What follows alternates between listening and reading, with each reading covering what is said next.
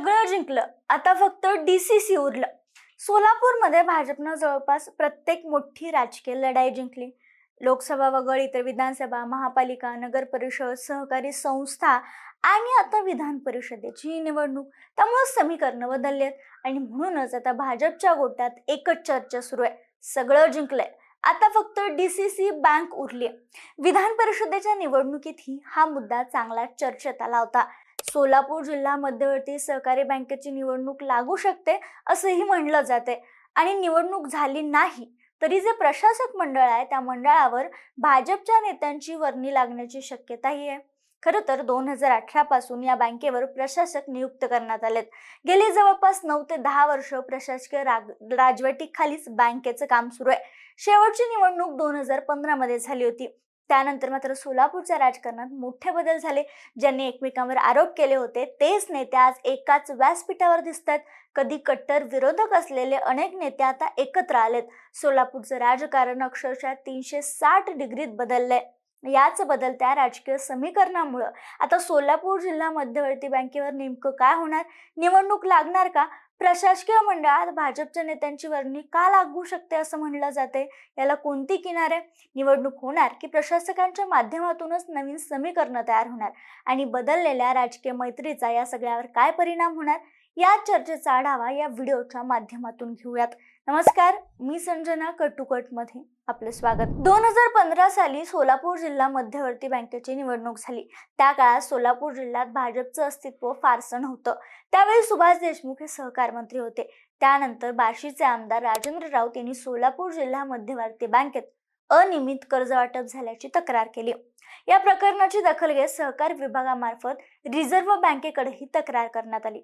या गैरव्यवहारातील रक्कम संबंधितांकडून वसूल करावी अशी मागणी त्यावेळी करण्यात आली होती. यानंतर नाबार्डनही बँकेच्या कारभारावर तीव्र नाराजी व्यक्त केली. कारभार सुधारा अशा शब्दात बँकेला खडसावण्यात आलं आणि थकबाकी वसुलीचे स्पष्ट आदेश देण्यात आले. मात्र कारभारात अपेक्षित सुधारणा झाली नाही. उलट थकबाकी वसुलीही रखडली. जिल्ह्यातील बड्या नेत्यांचे साखर कारखाने आणि विविध सहकारी संस्थांकडे शेकडो कोटी रुपयांची थकबाकी प्रलंबित राहिली. त्यामुळे बँकेच्या NPA मध्ये मोठी वाढ झाली. आर्थिक स्थिती नाजूक बनली. अखेर याच पार्श्वभूमीवर 2018 मध्ये सोलापूर जिल्हा मध्यवर्ती सहकारी बँकेचं संचालक मंडळ बरखास्त करण्यात आलं आणि बँकेवर प्रशासक नेमण्याचा निर्णय घेण्यात आला. यानंतर आजपर्यंत म्हणजे गेली जवळपास 9 ते 10 वर्ष बँकेचा कारभार प्रशासकांच्या माध्यमातून सुरू आहे. मध्यंतरी राजेंद्र राऊत या सगळ्या दरम्यान न्यायालयाच्या माध्यमातून बँकेतील गैरव्यवहाराची सखोल चौकशी करून तत्कालीन संचालक मंडळाविरोधात गुन्हे दाखल करण्याची मागणी करण्यात आली होती. या प्रकरणामुळे जिल्ह्यातील अनेक दिग्गज नेते अडचणीत सापडले होते. यामध्ये विजयसिंह मोहिते पाटील, बबनराव शिंदे, रणजितसिंह मोहिते पाटील, राजन पाटील, दिलीप माने, जयवंतराव जगताप यांच्यासह संजय शिंदे, दिलीप सोपल, दीपक साळुंखे अशा अनेक नेत्यांचा समावेश आहे. सगळ्यांचीच नावं इथं आता घेता येणार नाहीत. अनेक वर्षाच्या लढाईनंतर जेव्हा 2024च्या विधानसभा निवडणुका जवळ आल्या तेव्हा या प्रकरणात एक महत्त्वाचा निकाल आला.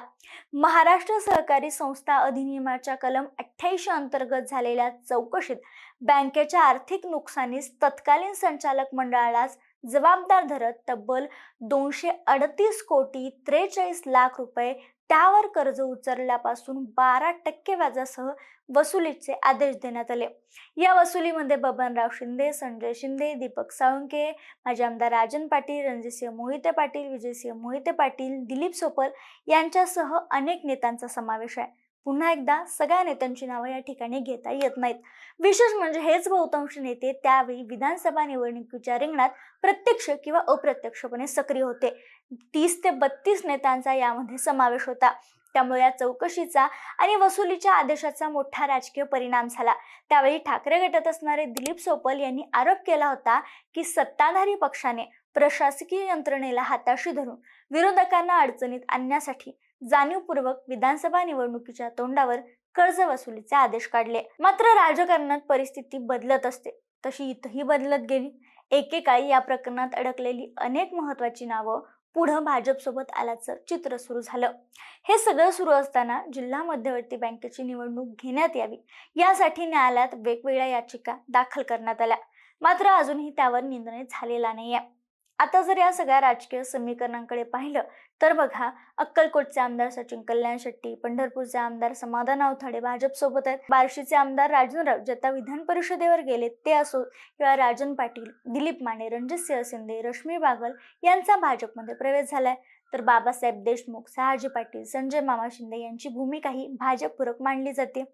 याच पार्श्वभूमीवर आमदार राजेंद्र राऊत यांनी काही दिवसांपूर्वी मुख्यमंत्री देवेंद्र फडणवीस यांना पत्र लिहून सोलापूर जिल्हा मध्यवर्ती सहकारी बँकेवर 3 सदस्यांचं प्रशासकीय मंडळ नेमावं अशी मागणी केली होती. शिवाय विधान परिषदेच्या निवडणुकीनंतर आणि बदललेल्या राजकीय समीकरणानंतर या मागणीला वेग आल्याचं पाहायला मिळतंय. खरं तर विधान परिषदेच्या निवडणुकीच्या पार्श्वभूमीवर राजेंद्र राऊतांमुळे अनेक नेते अडचणीत आले होते, जे सध्या राजेंद्र राऊतांसोबतच भाजपमध्ये आहेत. हा राग कुठंतरी राजेंद्र राऊत यांच्यावर निघू शकतो.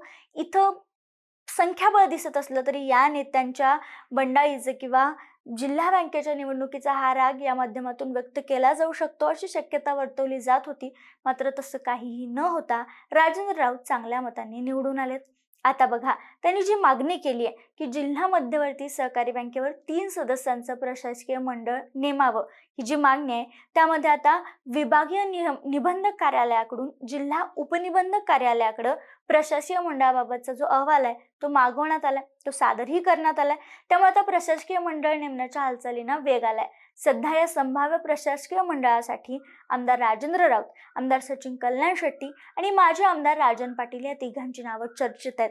तर मित्रपक्ष असलेल्या राष्ट्रवादी काँग्रेसचे माजी आमदार संजय शिंदे यांनाही या मंडळात संधी मिळू शकते अशी चर्चा रंगली आहे. पण मुद्दा हा आहे की ही निवडणूक घ्यावी की नाही घ्यावी यासाठी न्यायालयात जी याचिका दाखल केली आहे ती सध्या सहकार आयुक्तांकडे प्रलंबित आहे. जिल्हा बँकेची आर्थिक स्थिती निवडणूक घेण्यासाठी योग्य आहे का याची चौकशी होईल आणि मगच यानंतर निर्णय होणार आहे. आणि ही जी सुनावणी असते याचिका दाखल केल्यानंतर, ही सुनावणी सध्या क्वचितच पार पडते. तेव्हा ही सुनावणी केव्हा पार पडेल, ती पूर्णत्वास केव्हा जाईल यावर जिल्हा बँकेच्या निवडणुकीचं भविष्य अवलंबून आहे. पण जर निवडणुकीचे आदेश आले तर मात्र इथं भाजप आत्तापासूनच तयारीला लागलाय असं चिन्ह दिसतंय.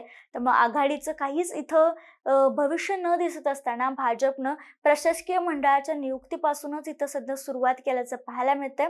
त्यामुळे तुम्हाला काय वाटतं, आता विधानसभा, महापालिका, नगर परिषद, विधान परिषदेची आमदारकी हे सगळं जिंकल्यानंतर सोलापूरची जी जिल्हा मध्यवर्ती बँक अर्थात सहकारात भाजपला प्रवेश करता येईल का? तुम्हाला काय वाटतं? आम्हाला कमेंटमध्ये जरूर कळवा.